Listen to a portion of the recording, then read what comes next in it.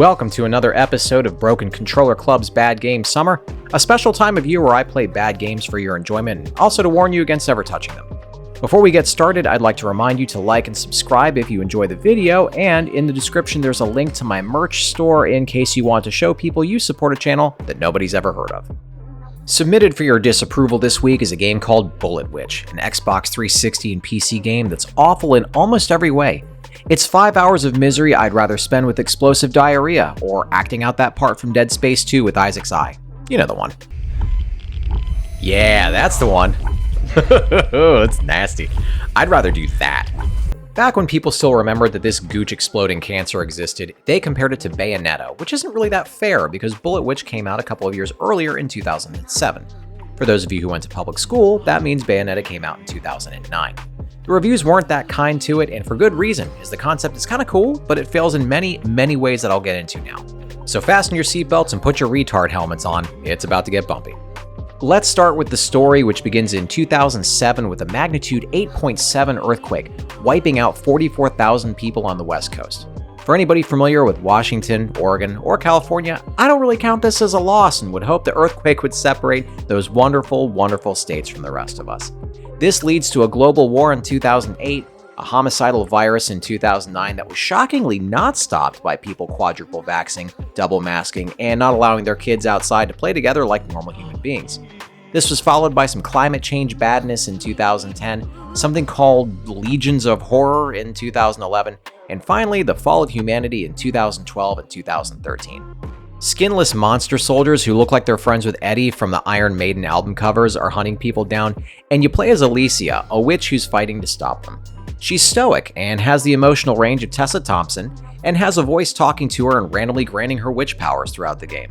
She comes across a leader named, get this, Maxwell Cougar. I'm in charge of these troops. I'm Maxwell Cougar. Yeah, who's leading the resistance, and they work together to beat back the demons and win humanity's survival. Oh, that f***ing name. The game starts in some random neighborhood with the soldier monsters chasing down people and shooting them. Alicia steps in and kills them, and from there you go from area to area, killing enemies to make it to the exit. It sounds pretty standard, but it's actually not. Each level is enormous, and you're given no idea where to go. It's weird, like there's no linearity in it. Granted, the game was from 2007, but the level design is so poor in this that there's not even any indication in the levels that you're following any kind of path, nor are there any hints that you're headed in the right direction. Like there's just nothing guiding you. In almost every level, you'll come across colored barriers that block your path. To destroy these, you have to kill these naked monsters with giant brains. That means you have to search these poorly designed levels for them. Lots of times, these brains are going to be on the other side of some of the barriers.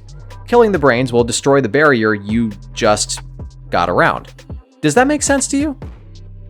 When you're not killing the brain guys, you'll wander through every level like Joe Biden after a press conference without any idea of what the hell you're supposed to be doing other than killing enemies, and many times you'll accidentally find an exit, or maybe you'll be bored and kill all the enemies in the area, and then that will open up the exit. There's only something like 4 or 5 types of enemies in this, and 90% of the ones you kill will be the soldiers. The soldiers also shoot in the air as they're dying. At first, it was funny, but when you're in the middle of a firefight and you're killing multiple enemies, it's hard to figure out where you're actually being shot from because all you hear are gunshots all around you.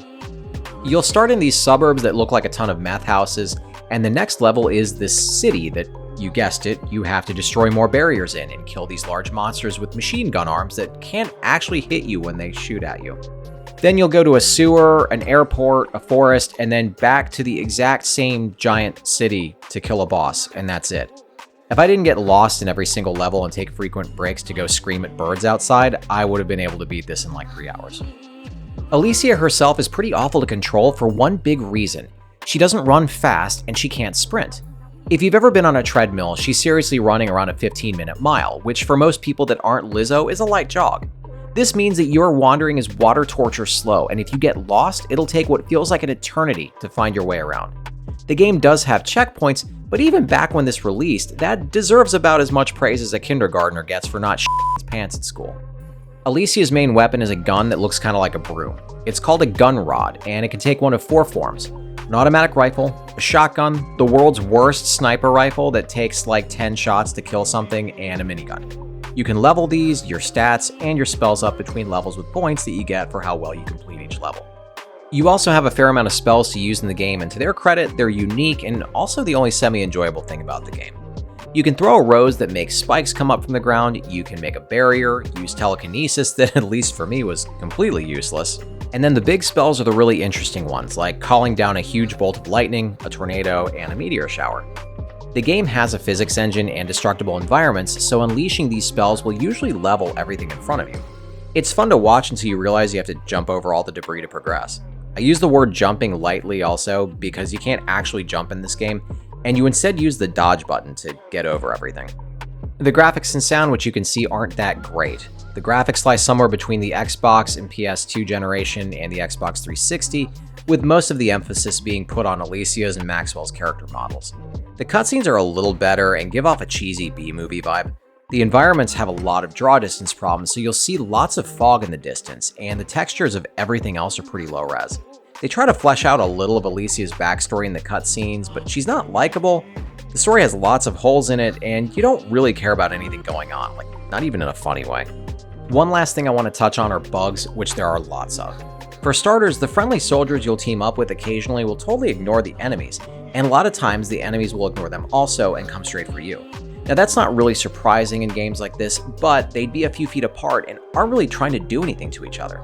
Using the giant spells was kind of cool until I accidentally brought a skyscraper down on top of myself with a meteor shower, and another time I summoned a tornado that totally ignored all of the enemies, went past them, and destroyed the good guy soldiers' headquarters behind them.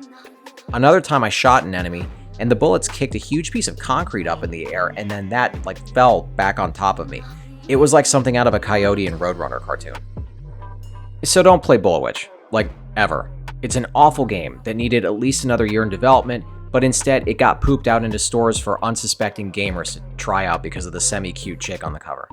Play Vanquish, or Blood Rain 2 or Bayonetta, and if you've already played those, play Bayonetta 2. And then wait for Bayonetta 3 to come out this October. Or go smoke some crack. Just say no to this game. That is all for today's review. I'll see you at the next one. Congratulations! You're one of an elite few to make it to the end of the video. Reward yourself by hitting the round subscribe button in the middle, and then check out the other goodies I've got in the links next to it.